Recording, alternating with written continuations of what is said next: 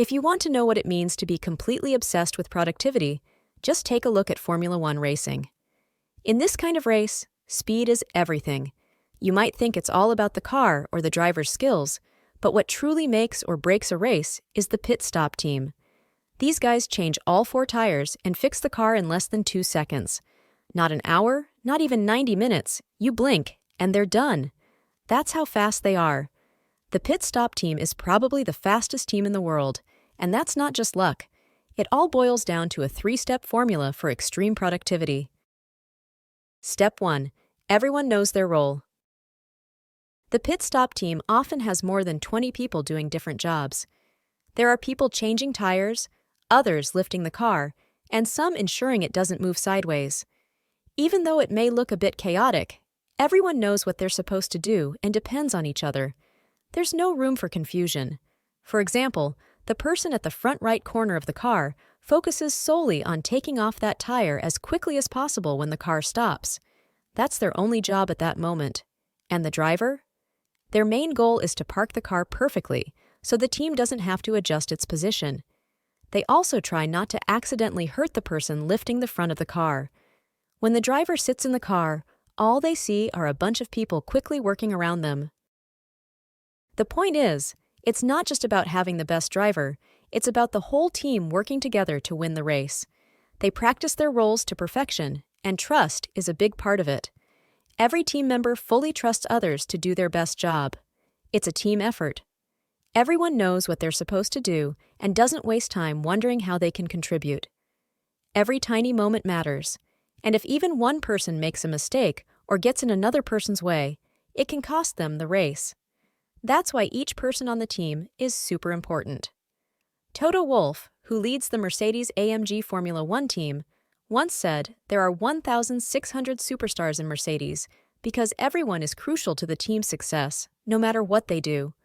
In Formula One, it's not only the driver who gets a trophy when they win. The whole team gets a trophy, proving it's a team effort. Having clear roles and understanding your processes is the first step to making them better. That leads us to step 2. Constant improvement and innovation. In the first Formula season in 1950, a pit stop took over a minute and involved 4 mechanics. Now, with a team of about 20 people, a pit stop can be as quick as just 2 seconds, setting a world record of 1.80. That's almost 40 times faster. Improving by 40 times may sound crazy, but when every split second counts, this makes all the difference. And it wasn't an overnight achievement. Pit stops gradually became faster through continuous improvement and innovation. Super productive teams don't just happen, they're made. After a thrilling race, you might think the teams take a break to relax. But that's not the case.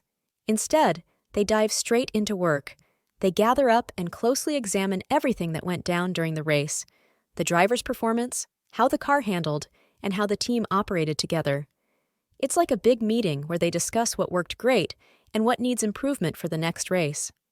In the past, whenever a team member finished their job of changing the tires, they had to signal by raising their hand. The chief mechanic would then wait to see all 4 hands raised before telling the jack crew to lower the car for the driver to continue racing. But now, each team member has a button on their tool that shows when they're done. Once all 4 buttons are pressed, the jacks automatically lower the car, and the light turns green.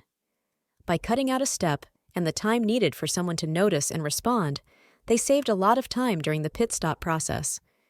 This little change proves that really effective teams make lots of small changes in what they do and how they do it, always aiming to improve. You know, in races, winning sometimes comes down to just a few seconds, and lots of small choices all add up. As James Clear, the author of Atomic Habits, said, "If you get 1% better each day for a year, you'll end up 37 times better." So, even a little improvement every day can make a huge difference over time. Pit stop teams are obsessed with performance. They're really into finding new ways to do things and making things better. What if everyone, companies, teams, and people had the same approach? Always wanting to be better and loving new ideas. Instead of using just 40% of their potential, they could reach up to 90%. Think about it this way. Right now, some things might seem really good, but there's still a lot more room for amazing improvements. Picture this.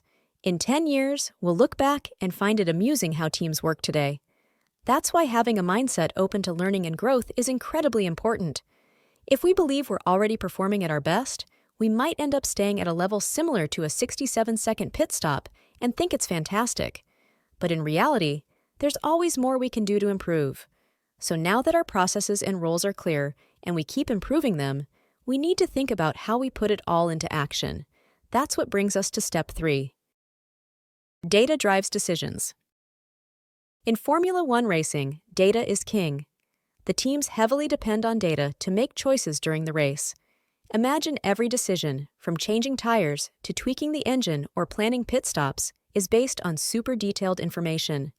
When it's time for a pit stop, they rely on real-time data a lot. This data tells them about tire wear, fuel levels, and how well the car is performing overall.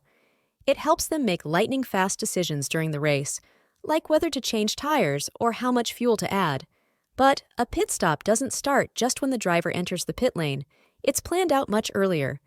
The teams behind the scenes, even people off the track, analyze lots of data to figure out the best strategy. The timing of a pit stop can really affect whether they win or lose a race. But here's the thing. In Formula One, only the data decides what happens, not people's opinions or who's in charge. They don't mess around with the data like we sometimes see in big companies, where they might change it to make things look better. As William Edwards Deming once said, "Without data, you're just another person with an opinion." In Formula One, they rely on super sophisticated computer simulations to predict what might happen in a race. It's almost like playing a really realistic video game. But despite all the data they use, they don't ignore the driver's instincts about the car. Sometimes, the numbers might say everything's fine, but the driver's gut feeling says otherwise. They pay attention to both because they know that sometimes what the driver feels is just as important as what the data shows. This mix of numbers and gut feelings is really powerful. Jeff Bezos once said something similar. When the stories or feelings from customers disagree with the data, the stories are usually right. This shows us two very important things about excellent teams: knowing when to use rules to help and when to embrace flexibility, to allow smart people to collaborate and think outside the box to solve problems. Formula One racing shows what happens when a group of regular people gets the right tools, plans well, and aims high. These aren't superheroes, just ordinary people with regular jobs as technicians. You don't have to be a Formula One fan to learn from their pit stop method. It's not just about racing, it's about clarity, continuous improvement, and making well-informed decisions. Once you figure that out, you could keep winning and even set a brand new record.